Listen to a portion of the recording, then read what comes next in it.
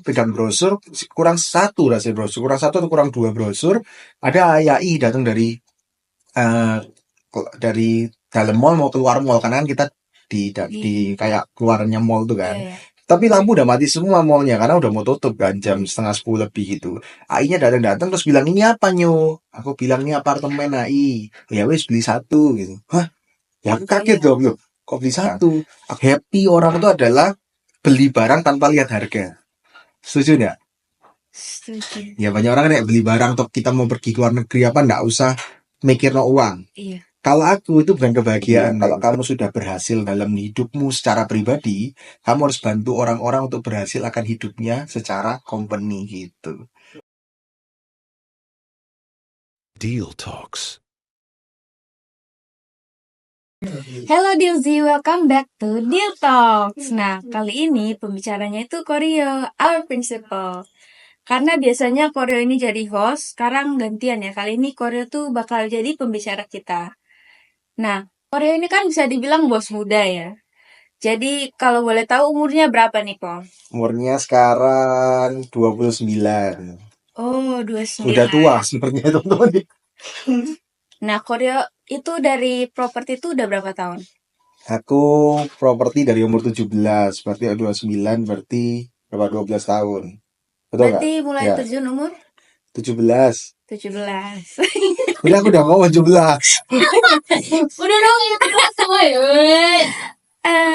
Oke, lanjut. Nah, waktu itu hal apa yang pertama kali Koko kerjain? Properti.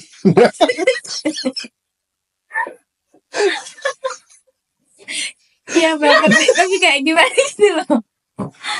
Ya, jadi gini, pertama kali itu aku kan join kan di umur 17 di 2013 nggak salah itu. Round Udah lama ya? 2013. Lumayan. 2013, terus habis itu pertama kali di zaman itu yang rame itu kayak produk primary gitu. Jadi produk-produk yang memang baru-baru bangun gitu. Nah, jadi awal-awal masuk di sebuah kantor itu pegang brosur. Kamu keliling mau pakai brosur ini nawari orang-orang. Jadi kayak aku kayak ya bener-bener door to door, bener-bener bagi-bagi brosur toko ke toko gitu. Berarti nggak pakai gadget gitu ya dulu? Dulu rasanya zamanku gadgetnya Facebook Friendster rasanya. Sekarang mungkin nggak tahu, mungkin Gen Z harusnya nggak tahu Friendster apa ya. Iya, aku nggak tahu sih Friendster apa. Iya, jadi dulu nggak pakai kayak gitu-gituan. Kita dulu pemasarnya melalui door to door atau juga koran. Ah, itu susah nggak kok? Zaman itu menurutku lebih susah untuk anak muda. Karena di zaman itu kan kita kan nggak ada kayak kalau closing juga kan yang tahu cuma kantor. Tapi kan kita kan nggak bisa post. Kita closing mau post di mana kan? Iya. Nggak mungkin kita post di koran mau kita closing kan. Jadi agak susah karena anak muda ini kan susah dipercaya. Kita juga masih belum punya pengalaman, belum punya knowledge. Jadi gitu. Nah, kalau anak muda susah dipercaya, ya 17 tahun ya, masih muda banget. Waktu itu Apa masih yang muda. buat Koryo mau mulai untuk terjun di properti di umur 17 tahun itu? Oke, jadi pertama sebenarnya aku nggak suka properti, basicnya nggak suka properti. Aku kan kuliahnya kan perhotelan juga. Jadi waktu itu aku masuk perhotelan di UC, itu aku join pertama itu kan waktu semester 1. Semester 1, di semester 1 itu aku ya kebetulan mamaku kan juga properti, ya kan. Nah, lihat mama kerjanya properti gitu kan. Tapi masih belum tertarik karena menurutku kan kayak surat-surat apa kan susah nih. Gitu kan ya. Tapi akhirnya agak-agak dipaksa, tapi yang membuat aku akhirnya serius itu gara-gara mamaku itu menyuruh aku untuk membeli kayak di UTJ no sebuah rumah gitu. Di UTJ kan sebuah rumah itu di Menganti, jauh lah di Gresik situ ya. Iya. Nah itu di UTJ kan 5 juta. Nah terus Margo itu suruh ganti uangnya kalau misal eh, mau batal. Nah kan stres nih cicilannya waktu itu 2.500.000. Nah akhirnya aku mikir kayak wah aku harus melunasi 2.500.000 nih. Jadi aku waktu itu uang jajanku 1.500.000, berarti harus cari uang 1 juta lagi. Iya. Nah waktu cari uang itu ngerjain tugas-tugasnya anak-anak kayak joki gitu dan lain-lain lah. Tapi setengah mati kerjanya cari uangnya karena kan kecil-kecil tapi 1 juta kan lumayan nih untuk zaman 2013 kan. Iya. Nah akhirnya capek setelah 3 bulan, ngomong sama mamaku, mah enaknya apa ya kerja yang bisa dapat uang cepat, terus habis itu banyak, terus tapi fleksibel waktunya. Baru tawarin join properti kayak mama aja gitu. Itu awalnya sih saya. Oke, menarik ya. Tapi Terus mukamu kayak nggak merasa menarik sih. menarik sih, Menarik ya, kayak menarik ya. Oke, menantang gitu loh. oke. Karena emang Sally flat banget guys, cuman orangnya. Saya nggak tidur soalnya. Ya bukan salah saya. Iya. Ya. Nah, terus ceritain aktivitas atau kegiatan Koko sampai akhirnya bisa penghasilannya ratusan juta di usia belasan itu. Oke, jadi waktu itu ya memang penghasilan terbesarku dari investasi itu. Jadi gara-gara aku investasi properti itu kan akhirnya kan nyicil kan. Jadi waktu itu aku jualan salah satu proyek di Menganti itu kan kita anak muda nggak dipercaya nih jualan. Jadi aku jualan itu bawa surat pesanan, yaitu surat pesanan yang atas nama aku beli sendiri. Jadi aku bawa ke toko-toko, aku bilang sama susu-susunya, Su ini loh Su Rio aja beli sendiri, masa susu nggak berani beli. Gitu. Jadi Oh, akhirnya mungkin kemakan gengsi, kemakan malu juga sama anak muda gitu ya. Akhirnya aku closing 8 nggak salah waktu itu. Closing 8 unit. Nah, iya. kurang lebih dapatnya bisa hampir 100 ya, hampir 100 juta. Akhirnya aku bisa buat DP yang rumahku Iya. sendiri. Nah, waktu itu tiba-tiba udah dapat lumayan itu, terus waktu aku DP, rumahnya akhirnya kejual. Kejual intinya untungku kurang lebih sekitar 70 juta. Jadi total umur 19 tahun sih waktu itu. 19 tahun itu kan awal-awal pasti susah ya, nggak langsung kan. Iya. Tapi setelah 2 tahun berjalan aku terus lakukan yang aku bisa gitu. Akhirnya ya lumayan dapat ratusan gitu. Berarti 2 tahun itu struggle juga toh. Struggleku adalah pernah closing pertama susah sih memang. Berarti closing pertama tuh berapa? Closing pertamaku itu dulu di Solo. Jadi Jauh aku ya? jauh Solo. Sekarang sih deket ada tol ya. Jadi Iya. dulu itu aku karena dikasih brosur yang tadi aku cerita itu kan dikasih brosur suruh keliling-keliling toko demi toko kan. Tapi habis itu kayak kan nggak closing. Tiba-tiba kantorku ini mengadakan sebuah pameran di mall di Solo. Aku lupa nama mallnya apa. Nah waktu itu kita itu kan aku kan pengen closing nih ya. Aku itu target 3 bulan tuh harus closing. 3 bulan dari aku join. Ya kan nggak closing. Akhirnya aku ya harus aku berdiri terus di pameran tuh nggak mau duduk, jadi aku tuh terus bagi sampai ininya banyak banget yang aku bagiin gitu ya, sampai satu titik di jam setengah 10 malam di endingnya, jadi yaitu pameran 10 hari, di hari ke-10 jam setengah 10 malam itu teman-teman sudah bilang yuk pulang yuk makan ronde, karena kan di Solo ada ronde enak. Iya. Aku bilang nggak usah, aku tunggu dulu setengah jam lagi. Bapakku pegang brosur, kurang satu rasanya brosur, kurang satu atau kurang dua brosur, ada AII datang eh, dari dalam mall mau keluar mall, karena kan kita di kayak keluarnya mall tuh kan. Iya. Tapi lampu udah mati semua mallnya karena udah mau tutup kan jam setengah 10 lebih gitu. AI-nya datang terus bilang ini apa nyo? Aku bilang ini apartemen AI. Oh, ya wes beli satu gitu. Hah? Ya aku kaget dong loh. Kok beli satu? Aku jadi bingung loh. AI mau beli yang mana ya? Peleno. Terus aku bilang, hah? Peleno? Ya apa? Aku bingung kan. Akhirnya kayak AI suka nomor berapa? Suka angka 9. Oke, akhirnya belinya nomor 9909. Oke, terus habis itu AI-nya beli oke gitu. Terus kok gampang closing. Jadi kayak menurutku 3 bulan yang aku susah itu akhirnya diberikan closingan tuh mudah. Jadi kita percaya bahwa proses semua itu perlu proses. Oh, oke. Berarti sekalinya ini Itu struggle. selesai akhirnya dapat. Iya. Nah, waktu itu dapatnya BLT-nya 5 juta, komisinya itu harga apartemennya 380-an, jadi sekitar dapat 8 jutaan lah. Closingan pertama, lumayan tuh. Iya, Kalau itu zaman 2013 besar sih. lumayan, Iya, lumayan, 2012 besar sih itu. lumayan. Nah, pas dapat ratusan juta awal itu, Koko invest kemana? Apakah properti pertama atau apa? Oke, jadi aku ini karena anak muda ya, anak muda itu kan punya idealis gitu ya. Jadi kalau aku kan nggak pengen properti sebenarnya. Aku kan join properti ini karena aku kan cuma pengen lunasi yang mamaku suruh itu kan. Nah, akhirnya ya aku coba-coba bikin-bikin bisnis, coba-coba bikin-bikin usaha. Jadi banyak tak lempar di usaha-usaha sih. Kalau invest rata-rata ya cuma sing satu rumah itu aja. Aku jarang sih invest dulu. Soalnya mungkin masih muda, foya-foya saya. Iya. Ya hedon saya. Kalau boleh tahu usaha-usaha itu usaha apa? Nah, aku banyak. Jadi aku pernah buka usaha kayak baju gitu, terus kayak di desain-desain gitu. Nah, itu gagal gitu. Aku juga pernah apa namanya jualan kayak makanan juga gagal. Aku pernah juga buka toko plastik, buka toko kaleng-kaleng gitu di pasar aku jaga sendiri itu juga gagal. Jadi banyak hal dan ujung-ujungnya memang aku bisa simpulkan bahwa properti paling top gitu, paling asik lah. Berarti yang lain gagal. Iya lainnya gagal ya. Puji Tuhan ini lumayan berhasil lah ya. Iya. Oke, pengalaman-pengalaman gak enak Koko selama ikut orang jadi agent itu apa? Pengalaman paling gak enak waktu aku jadi agent. Iya. Ya kan, waktu aku Selama jadi ikut agent. orang. Ya selama ikut orang maksudnya selama belum buka kantor kan maksudnya. Iya. Pengalaman nggak enak ya pasti di pesoi orang. Peso itu apa ya namanya? Di kata-kata kotor, kata-kata kotor sama orang. Jadi kayak kadang kita kan agent kita nawari orang, dibilang kamu tuh nggak pinter, salah, gini. Pokoknya kita kayak banyak ilo-iloan kayak gitu. Terus habis itu banyak direndahkan karena waktu itu aku juga masih belum punya uang. Waktu aku kuliah itu zaman-zaman kuliah anak-anak kan after kayak break sebelum kelas berikutnya, Break semester ya? ya bukan break semester, break kelas berikutnya. Jadi kayak Istirahat. istirahat betul. Nah waktu itu kan Oke, kayak kelas. mereka kan mainan apa kan, Iya. pergi kemana. Nah aku itu cari listing gitu. Jadi kayak di ilo-ilo no, maksudnya kayak kerja terus jadi sales gitu-gitu. Ya itu prosesku sih. Di elo-elo not temen atau Sama yang teman, juga listing?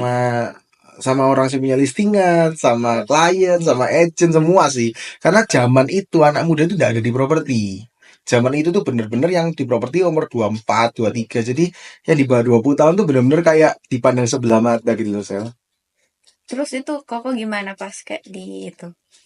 Di Ilokno. Iya. Sakit hati, nggak terima. Awalnya dalam hati pasti nggak terima, Iya. tapi aku ini orang yang bisa menyemangati diriku sendiri. Aku tidak perlu orang lain untuk menyemangati aku. Jadi stres di Ilokno, ya aku makan penyetan yang pedes gitu. Oh, Atau aku kayak nonton film, aku main futsal gitu. Aku fresh oke. lagi gitu sih. Oke. Wah. Terus selama ini kesalahan atau kegagalan terbesar yang Koko alami dalam industri properti itu apa? Oke, kesalahan dan kegagalan terbesar industri properti adalah aku tidak konsisten. Jadi di awal tuh aku itu orang yang bisa menghasilkan uang, tapi aku tidak mau membuat terus menghasilkan uang. Jadi kayak anak-anak deal kan sekarang lah gitu. Jadi aku dapat uang ke Bali gitu. Dapat uang kita dugem gitu. Foya-foya ya? Foya-foya gitu ya. Jadi salah kalau aku bisa balik waktu, ya mungkin aku pengen setelah dapat uang aku terus fokus uang, aku mungkin investasi, aku mungkin beli sesuatu yang lebih berharga. Jadi intinya itu kesalahan-kesalahan yang aku lakukan waktu aku muda. Makanya aku pengen anak-anak deal kan nih jangan sampai salah itu gitu loh. Baiklah. Terus gimana cara Koko ngatasin itu? Ngatasin yang mana? Itu Ngatasin siapa? iya tuh Ngatasin apa? kegagalan itu kayak kesalahannya. Kan dulu kan Oke. nggak ini konsisten. Ya kesalahannya kira ya otomatis pasti namanya kegagalan itu membuat kita semakin pintar. Jadi selalu nih pikiranku itu gini, semakin banyak kita gagal kita semakin pintar. Jadi waktu kita muda jangan takut gagal. Jadi waktu itu aku banyak kegagalan tapi harusnya kan belajar. Oh berarti next time nggak boleh kayak gini, next time nggak boleh kayak gini. Karena momen itu kan aku dari nggak punya uang sel. Aku dari nggak punya uang makan cuma nasi mie garam, nasi mie kecap zaman dulu. Jadi aku ini nggak punya uang. Terus bapak dapat uang, jadi kan kayak apa ya, kayak kaget gitu loh. Jadi kita kan happy happy gitu toh. Nah akhirnya terus gak punya uang lagi kan karena kita hedon kan. Dari situ aku hidup paling nggak enak itu adalah yang aku belajar adalah nggak punya uang. Jadi aku terus inget aja sampai nggak punya uang. Jadi sekarang kayak aku sekarang udah lebih dewasa gini, yang aku sangat-sangat belajar tuh sebenarnya ini sih. Apa namanya kayak banyak orang bilang happy orang itu adalah beli barang tanpa lihat harga. Setuju nggak? Setuju. Ya banyak orang kan kayak beli barang atau kita mau pergi ke luar negeri apa nggak usah mikir no uang. Iya. Kalau aku itu bukan kebahagiaan dulu. Kebahagiaan terus atau nggak apa? Buka rekening terus ada uang banyak. Itu menurutku lebih happy daripada kita bisa beli apapun. Jadi kayak itu tuh memberi kita ketenangan, memberi kita rasa aman, menurutku ya gitu. Sejauh apa properti sampai saat ini mengubah Koryo? Oh, sangat mengubah menurutku, karena aku dari seperti tadi aku nggak berani dulu. Aku percaya nggak kalau aku dulu introvert? Enggak sih. Pasti enggak ya. Aku dulu introvert, aku itu orang yang takut ngomong sama orang. Aku tuh di pojokan biasanya, kalau waktu SD itu SMP itu aku duduk di belakang main pojok gitu. Gak berani ngomong, suka dilokno orang, dibully gitu. Tapi ya aku tahu gak percaya memang anak-anak. Tapi ya itu proses perjalananku sih yang merubah aku tuh, jujur ya, karena banyak hal di SMA ada perubahan, di kuliah juga ada perubahan. Tapi di properti itu aku bisa membawa diriku sendiri kan. Kita kan kerjanya entrepreneur. Kita harus atur jam waktu kita sendiri. Kita harus bangun jam berapa, kita harus tidur jam berapa, apa yang harus kita lakukan, list to do-nya. Itu merubah aku menjadi orang yang bisa membawa diriku. Karena aku percaya orang sukses itu harus bisa memimpin dirinya sendiri dahulu. Kalau aku sih kayak gitu. Berarti awal-awal jadi agent tuh masih introvert gitu? Sudah enggak terlalu. Introvertku di SMP, SMA itu agak parah. Kuliah itu udah mulai, tapi enggak ekstrovert ini, nggak se ekstrim ini. Jadi dulu masih kayak bagi brosur gini, ada orang lihat, nggak jadi. Oh iya. Jadi kayak nggak jadi itu banyak kayak gitu. Terus waktu ngomong, bapak orangnya lebih pinter gitu loh. Kamu gini. Oh ya wis, nggak ngerti su, kayak gitu, kayak mending nggak usah berdebat gitu, kalah ya kayak gitu. Oke. Setelah Koko yakin di properti, setelah berpengalaman di properti, apa yang bikin Koko yakin buat buka kantor? Oke, seperti biasa, aku selalu bilang sama teman-teman juga, sama orang-orang yang prinsipal-prinsipal lain juga, bahwa masa seseorang tuh jualan itu ada batasnya. Dan juga aku selalu yakin gini, misal contoh, kita itu kemampuan seseorang tuh bisa selevel apa sih? Kita misal satu orang bisa jual 1 bulan 30 unit, 1 bulan 100 unit. Tapi kita 1 bulan 1000 unit ya nggak mungkin bisa. Bukan karena kita nggak pinter, tapi karena kita nggak punya waktu toh. 1000 unit ya apa akadnya, nganter orangnya, betul nggak? Tapi kalau kita buka kantor, kita bisa sebulan 1000 unit, betul nggak? Jadi bagiku adalah orang tuh harus naik. Kata-kata istriku selalu bilang, kalau kamu sudah berhasil dalam hidupmu secara pribadi, kamu harus bantu orang-orang untuk berhasil akan hidupnya secara company gitu. Wih, Gitu sih. keren. Lumayan lah ya. Keren. Lumayan. Jadi total berapa lama Koko kerja ikut orang di properti sampai akhirnya buka kantor itu? Oke, jadi awal tuh aku 17 tahun, lalu aku mulai, sebenarnya aku bukan buka kantor sih, buka kantor sama mamaku waktu itu, sempat di 2019. Jadi aku 6 tahun jadi agent, terus 2019 mamaku buka kantor, tapi aku tetap jadi marketing sih sebetulnya ya. Nah, sampai akhirnya 2023 aku akhirnya baru jadi principal di Rewide waktu itu. Di Rewide dulu. Baru setelah itu buka kantor sendiri secara mandiri itu 2024. Gitu. Oke. Kalau boleh tahu pertama, Kedua, kalau boleh tahu pertama Koko omsetnya berapa?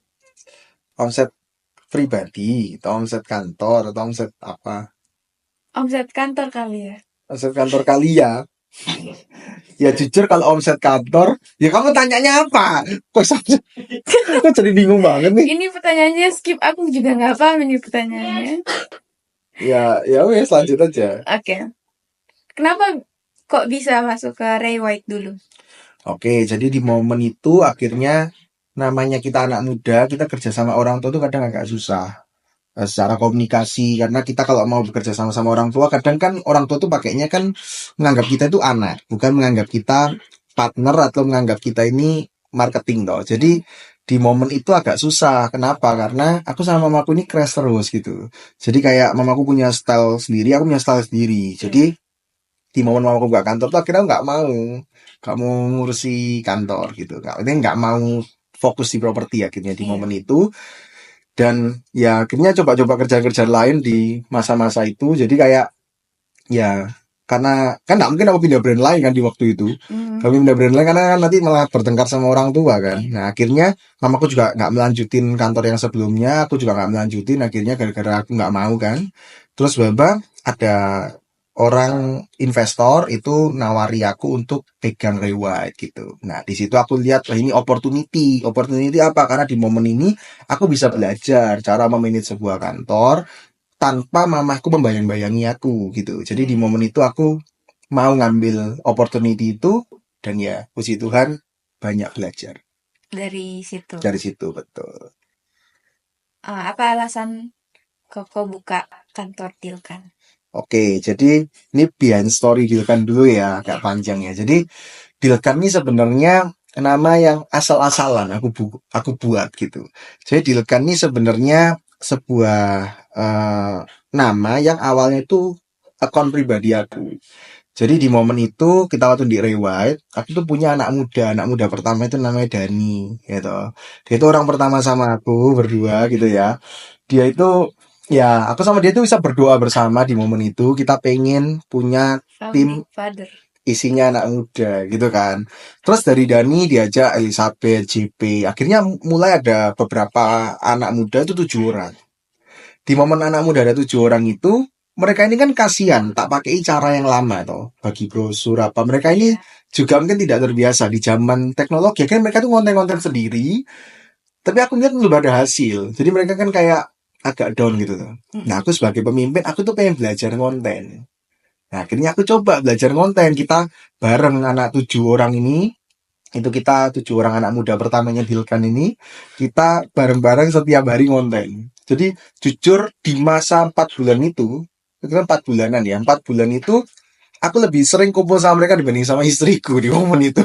Jadi ketemu terus tiap hari ya. Kita sampai saya malam di Sidoarjo, mungkin anak-anak inget juga, Dani juga ya, cerita-cerita, terus ada juga sing pokoknya semua kalau kesah mereka, masalah mereka, hidup mereka cerita semua di situ. Nah, akhirnya kan aku kan ikut konten nih. Ikut konten aku namaku apa ya? Terus aku mikir nama itu adalah doa. Wes dealkan aja biar banyak dealnya. Nah, itu pemikiranku spontan. Aku bikin, terus waktu aku bikin, closinganku banyak sel. Jadi di momen 4 bulan tuh aku hasilnya hampir 200 juta. Oh saya kaget, wih kok bisa ya, maksudnya aku itu bisa closingnya sebanyak itu. Memang rumah-rumah kecil-kecil, jadi BLT-nya besar gitu ya. Dari situ aku merasa kayak, "Ih, kok bisa banyak ya, seumur aku kerja di properti, itu paling enak kerja. Kenapa? Karena aku dingin, gak panas-panasan, balesi chatting orang, survei closing. Akhirnya, aku punya harapan untuk, wah terus kita harus buka kantor dengan cara sosial media gini. Secara mainnya di sosial media. Nah, dulu awalnya pertama kali namanya itu bukan Dilkan. Karena nama ini menurutku kayak agak aneh. Kayak agak nyentrik bagiku. Dulu sekarang bagus kita kerasa. Tapi dulu tuh aku merasa kayak Dilkan kayak aneh. Kayak Indonesia, Inggris, tapi kayak ya apa gitu toh. Nah dulu namanya banyak hal. Kayak keren-kerenan gitu loh, pakai bahasa Inggris gitu ya. Tuh aku pertama ngambil itu. Kayak apa tuh? Dulu ada namanya US gitu, US property gitu. Nah, terus ada juga aku mau bikin namanya apa, Holy apa, pokoknya ini mesin keren-keren gitu yang ideal gitu ya. Tiba-tiba ngomong deal kan naik, nggak usah repot gitu. Tapi aku kayak nggak pingin kok, rasanya kayak kayak medok gitu ya itunya namanya gitu ya. Tapi ya akhirnya Tuhan berkata lain, Tuhan buka aturan untuk Dilkan ini, Tuhan yang arahkan, dan ternyata beneran puji Tuhan Dilkan ini juga diberkati dan juga akhirnya buka kantor karena aku tuh pengen punya wadah untuk anak-anak Gen Z dan milenial yang ujung-ujungnya itu untuk menciptakan bilioner gitu sih. Amin. Sekarang kan Koko udah jadi prinsipal. Apa perbedaan yang signifikan antara Koko di usia belasan itu dengan properti sama sekarang pas buka kantor? Maksudnya aku waktu jadi prinsipal sama jadi marketing ya bedanya. Iya. Kalau aku jadi marketing kita tuh cuma fokusnya jualan pada diri sendiri. Tapi kalau kita jadi prinsipal kita tuh harus fokus pada orang lain. Jadi kita tuh harus punya hati untuk orang lain. Jadi aku tahu memang marketing jago belum tentu bisa jadi prinsipal. Tapi orang yang punya hati, orang mau jadi prinsipal tuh harus punya hati. Jadi kita itu kalau mau jadi prinsipal itu aja mikir uang kita semakin banyak, belum tentu. Atau closing kita semakin banyak. Kita waktu jadi prinsipal, kita tuh harus mau untuk membantu orang, mau untuk menyemangati orang, mau untuk semangat, mau untuk memberikan motivasi, padahal kita pun juga butuh kadang, sometimes. Nah, itu yang merubah sih, yang bedain itu sih. Keren. Lumayan. Kenapa sekarang sejak jadi prinsipal berarti fokusnya ke Gen Z ya? Fokusnya memang ke anak muda tepatnya, Gen Z Itu kenapa? milenial gitu. Kenapa ya? Karena yang pertama, aku dulu muda, kayak pengen kumpul sama anak-anak muda. Nah, terus sekarang aku masih muda, aku tetap pengen kumpul dengan anak-anak muda. Jadi kayak aku, menurutku ya, aku nggak tahu ya, mungkin ada juga di kantor-kantor lain yang muda juga nggak tahu. Cuma menurutku, aku sih belum menemukan agen properti yang memulai dari umur 17 tahun. Aku belum menemukan di Surabaya, aku nggak tahu kalau ada ya, mohon maaf kalau ada. Tapi kalau umur 17 tahun, aku rasa belum ada. Jadi menurutku orang yang bisa memimpin generasi muda untuk properti harusnya cuma aku. Menurutku, karena apa? Karena aku tahu masalah kalian, kayak di kuliah harus bagi waktu, kalian lagi ada pacaran-pacaran asmara juga harus bagi waktu, terus gitu kayak kita banyak editor pacaran ya. Iya, editor pacaran. Kayak gitu-gitu, intinya aku tahu masa-masa struggle kalian, kayak waktu kita jalani sesuatu, orang tua kadang raguin, itu tuh kan yang dialami anak-anak muda, dan itu menurutku aku tuh relate sama kalian, makanya aku merasa terpanggil dan terbeban untuk bisa bikin kantor properti yang isinya itu anak-anak muda. Yeay. Yeay. Terus gimana Koko melihat tren pasar properti di Surabaya ini selama 5 tahun ke depan? Apakah ada faktor ekonomi yang bakal pengaruhin harga properti atau gimana? Oke, kalau menurutku gini, kenapa aku buka Dealkan dan isinya anak-anak muda, itu pasti karena aku tuh melihat jauh ke depan. Iya. Aku percaya bahwa 5 tahun ke depan ini memang industri properti sekarang sudah mulai ke digital. Semuanya pakai Instagram, YouTube, TikTok, dan lain-lain gitu kan, memang iya gitu kan ya. Maksudnya digital platform mereka pakai. Tapi yang orang lain mungkin tidak memperhatikan adalah gini. Semua uang orang kaya ujung-ujungnya akan turun ke anaknya. Di mana anaknya itu juga seumuran kita-kita, milenial dan Gen Z, betul kan? Iya. Dan kita-kita ini sangat pentingnya bukan pada uang, pentingnya pada sebuah lingkungan. Setuju tidak? Setuju. Nah, maka dari itu, hanya agen-agen Gen Z dan milenial yang bisa menghandle klien-klien Gen Z dan milenial. Jadi aku melihat jauh ke depan itu, karena aku percaya pada waktunya uang akan turun ke Gen Z dan milenial, dan pada waktunya agen-agen Gen Z dan milenial akan ketemu klien-klien yang seumuran mereka. Betul. Menurut Koko, apa tantangan terbesar yang kita hadapi selama jadi marketing? Oke, tantangan terbesar jadi marketing, konsisten. Konsisten tuh paling susah memang. Jadi marketing, nggak marketing aja semua sih. Apalagi kalau properti ya, aku yakin nih loh, properti itu bukan tentang pintar jualan atau nggak pintar jualan. Bukan tentang koneksi atau nggak punya koneksi. Properti itu tentang orang tuh punya mindset dan mental yang siap untuk menghadapi penolakan, menghadapi ketidakpastian. Karena closing kita nggak tahu kapan. Iya. Dan juga menghadapi uang kadang bisa dapat buahnya hari ini, besok bisa nggak dapat sama sekali. Jadi kita manajemen keuangan juga penting. Jadi di properti yang penting adalah mindsetmu dan mentalmu, bukan kemampuan atau skillmu. Jadi buat yang mau join properti, ya harus siapin mental dan siapin mindsetnya supaya nggak jatuh gitu. Kalau menurut Koko sendiri, kan harus ada siap mental dan mindset yang benar. Gimana cara Koryo biar bisa apa ya? Mungkin ada anak-anak marketing yang di sini yang mungkin mindset atau mentalnya kurang siap. Itu Mental gimana? breakdown. Iya. Kayak gimana? Jujur ya, kalian mungkin bisa, kamu juga tahu anak-anak juga di kantor Dealkan ya. Fokusku tuh nggak pernah ngajarin mereka closing. Oh, nggak pernah ngajarin mereka untuk setiap hari harus ngapain. Aku ngajarin mereka untuk percaya akan diri mereka, mimpi mereka. Aku selalu mengatakan bahwa kamu itu di properti jadi bisnismen, kamu bisa kaya di sini. Aku selalu bilang kayak gini, kamu kalau pengen kerja segitu aja, dapat duit segitu aja, ya kamu nggak apa-apa nggak di properti. Tapi kalau kamu pengen uang banyak, kamu pengen punya Lamborghini, punya apa, atau intinya kamu pengen punya rumah besar gitu ya, kamu harus di permainan yang uangnya besar. Dimana properti uangnya besar toh, ada uang rumah 20 M, rumah 30 M, kita bisa sekali closing dapat 300 juta, 500 juta. Jadi kita juga pengen uang besar. Kan kalian kan generasi-generasi pengen instan kan, pengen uang besar toh. Kerja dikit, uang banyak kan gitu. Betul, betul. Oke. Terus kan Koko sekarang udah nikah sama punya anak. Sudah Gimana Koko menjaga keseimbangan antara kehidupan pribadi sama profesional dalam bekerja. bekerja? Oke.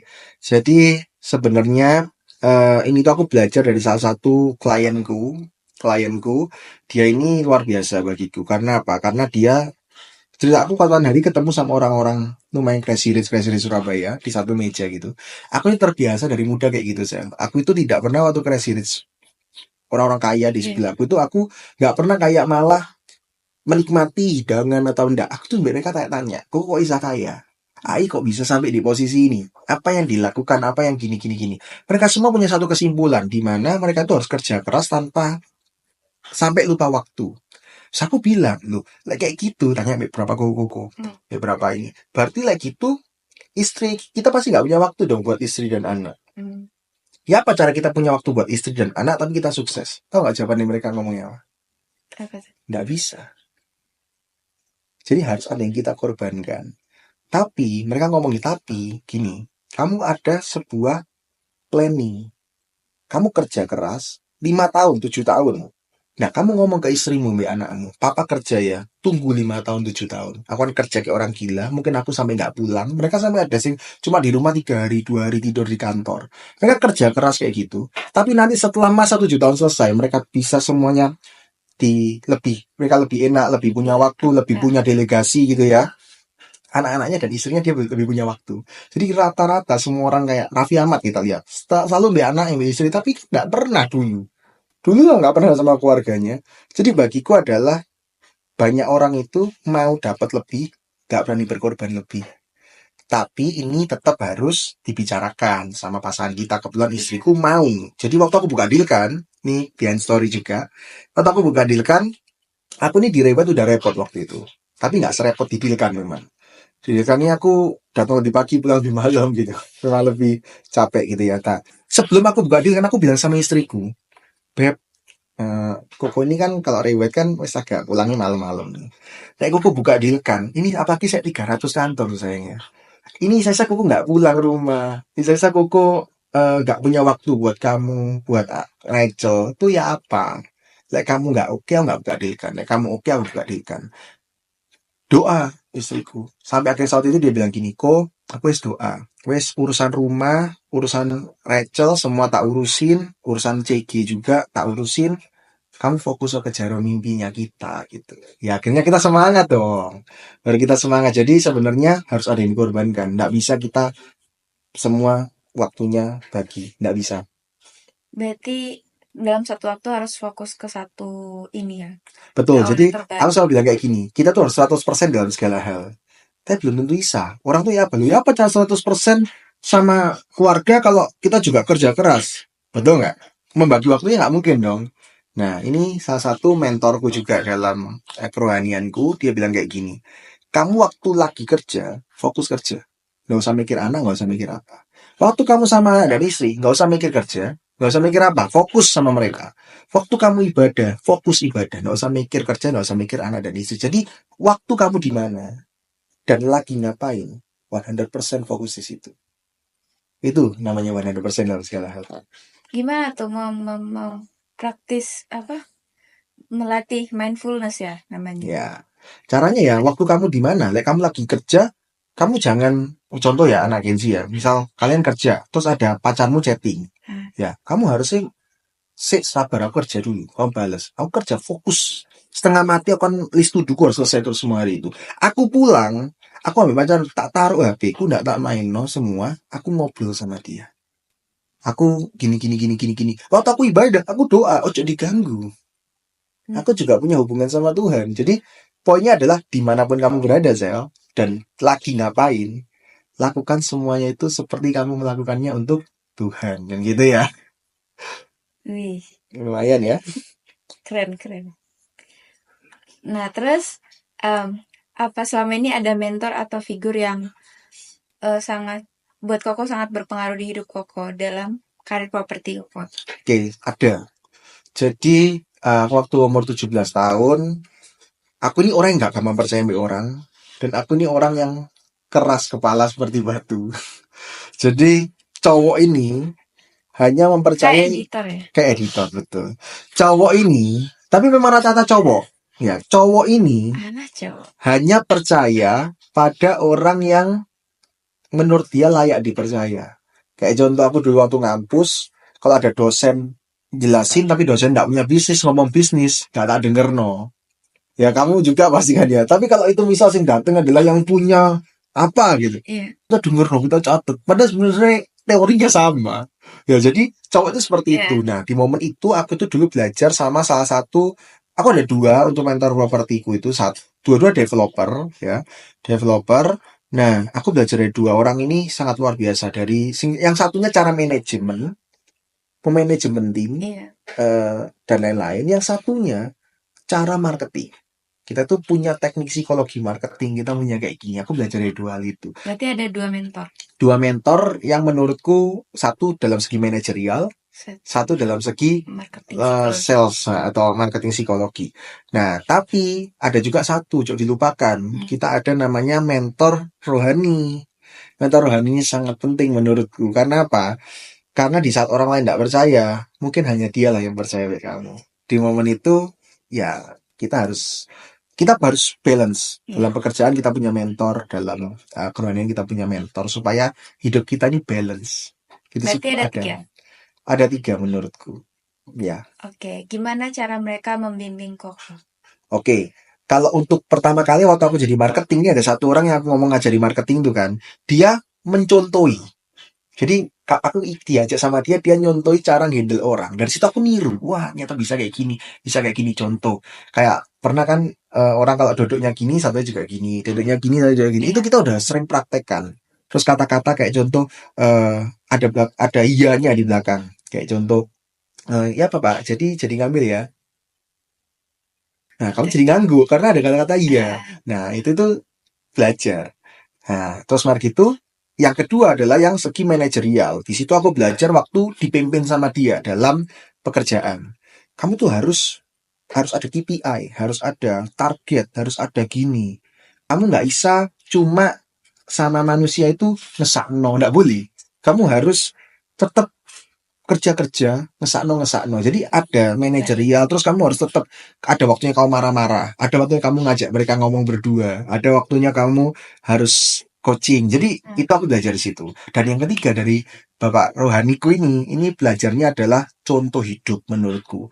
Dia kerja lebih pagi daripada semua karyawannya, padahal cabangnya di mana-mana. Dia pulang lebih malam daripada karyawannya.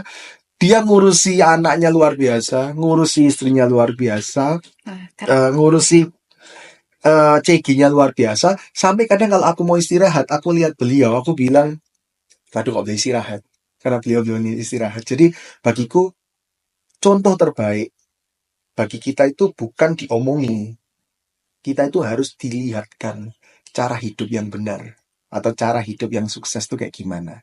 Jadi kalau kita mau sukses, kayak Sally mau sukses, Sally harus lihat role modelnya Sally siapa. Aku pengen kayak orang ini. Ya kamu ikut tuh cara hidupnya orang itu.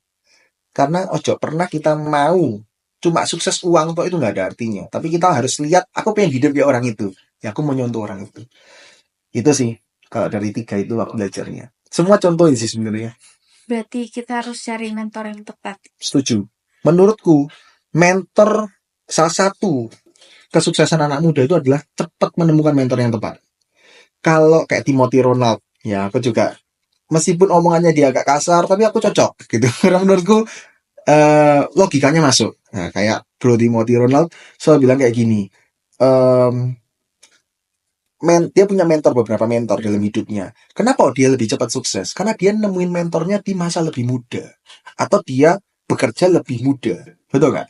Jadi waktu anak-anak Gen Z, anak-anak didilkan, kerja lebih muda umur 19 tahun, aku kok belum hasil ya kayak koko itu, nggak apa-apa.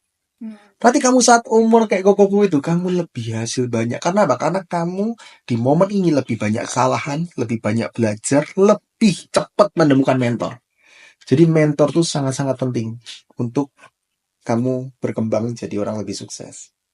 Oke, karena mentor penting, gimana kita bisa tahu kalau kita gimana Itu kita mentor yang tepat. iya itu mentor yang tepat. Mentor nggak mungkin menjatuhkan mentalmu. Jadi mentor tuh adalah orang yang mengangkatmu di saat kamu jatuh. Jadi kalau kamu ketemu orang, ini loh videoku kayak gini, editannya. Like videomu, it's not a mentor. Tapi kalau ini bikin video, Dep, videomu loh, ya apa menurut diganti kayak gini. Atau mungkin dia tanya, kenapa kamu bikin video ini? Apa arti dari video ini? Apa gini-gini? Dia itu membuat kamu berpikir, dia itu membuat kamu berkembang, dia itu membuat kamu inisiatif. Dan orang-orang seperti itu biasanya dia tidak perlu pamrih. Mentor yang tepat adalah orang yang kamu sukses, dia senang. Kamu lebih sukses daripada dia lebih senang. Jadi dia tidak perlu, kamu bisa ajari, traktir aku makan ya. Atau kamu bisa ajari kamu gini ya, it's not a mentor.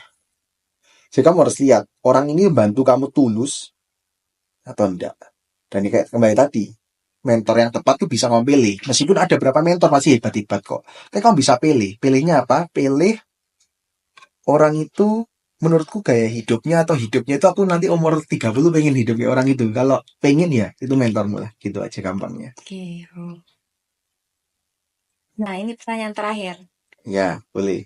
Apa nasihat terbaik yang bisa Koryo kasih kepada orang yang baru ingin mulai karir atau investasi di industri properti?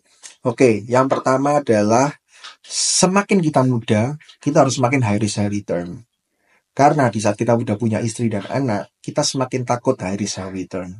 Jadi kalau kita punya peluang waktu masih muda, sikat aja. Salah kalau kita waktu masih muda, kita malah main zona nyaman, zona aman. Kenapa? Karena nanti di masa kamu udah punya anak dan istri, kamu akan semakin takut meninggalkan zona nyamanmu.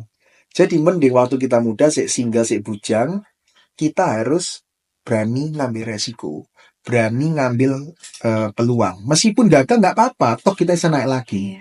Daripada kita nanti nyobain waktu umur 40, biasanya takut loh biasa loh. Nanti kalau misal gagal, nanti istriku nggak makan, takut. Jadi mulailah lebih dulu, berani ambil resiko, dan jangan takut gagal. Oke, terima kasih kok. Jadi banyak banget ya inspirasi dari pembicaraan kali ini. Oke, see you di next episode. bye bye, bye Dilzy.